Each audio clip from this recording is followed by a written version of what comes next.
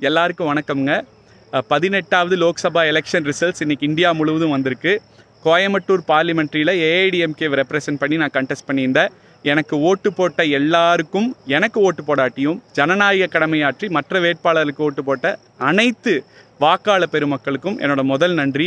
எனக்கு இந்த மிகப்பெரிய வாய்ப்பை உருவாக்கி கொடுத்த முன்னாள் முதலமைச்சர் எடப்பாடியார் அண்ணன் அவர்களுக்கும், அவங்ககிட்ட என்னை பரிந்துரை செய்த முன்னாள் அமைச்சர் எஸ்பி வேலுமணி அவர்களுக்கும், அவங்க 2 பேர் சொன்னோன்னே இன்னைக்கு வரைக்கும் என்னோட ஒத்துழைப்பு கொடுத்து வேலை செஞ்ச மாவட்ட கழக செயலாளர்கள், சட்டமன்ற உறுப்பினர்கள், அனைத்து கட்ட நிர்வாகிகள், பூத் ஏஜென்ட்கள், பூத் நிர்வாகிகள், அடிப்படை உறுப்பினர்கள்னு எல்லாருக்கும், கூட்டணி கட்சி, தோழமை கட்சி நண்பர்களுக்கும் என்னோட மனமார்ந்த நன்றிகளை சொல்லிக்கிறேன். அது மட்டும் இல்லை, காவல்துறை, மீடியா துறை, எலெக்ஷன் கமிஷனை சேர்ந்தவங்க மற்றும் பல துறைகளை சேர்ந்த அரசு அதிகாரிகள் அல்லும் பகலும் கஷ்டப்பட்டு இந்த எலெக்ஷனை நடத்தியிருக்கீங்க.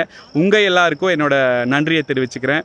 இந்த நேரத்தில் என்னோட நல விரும்பிகள், உறவினர்கள், நண்பர்கள், எனது தாய், மனைவி, மகன் மற்றும் அனைத்து நல்லுள்ளங்கள் யாரெல்லாம் எனக்காக இந்த எலெக்ஷனுக்கு ஒத்துழைத்து வேலை செஞ்சீங்களோ அனைவருக்கும் நன்றியை தெரிவிச்சுக்கிறேன். இந்த எலெக்ஷனில் தோற்றுருக்கலாம், ஆனால் நான் இன்னும் தோற்று போகலை. தொடர்ந்து என்னோட மக்கள் பணி தொடரும்.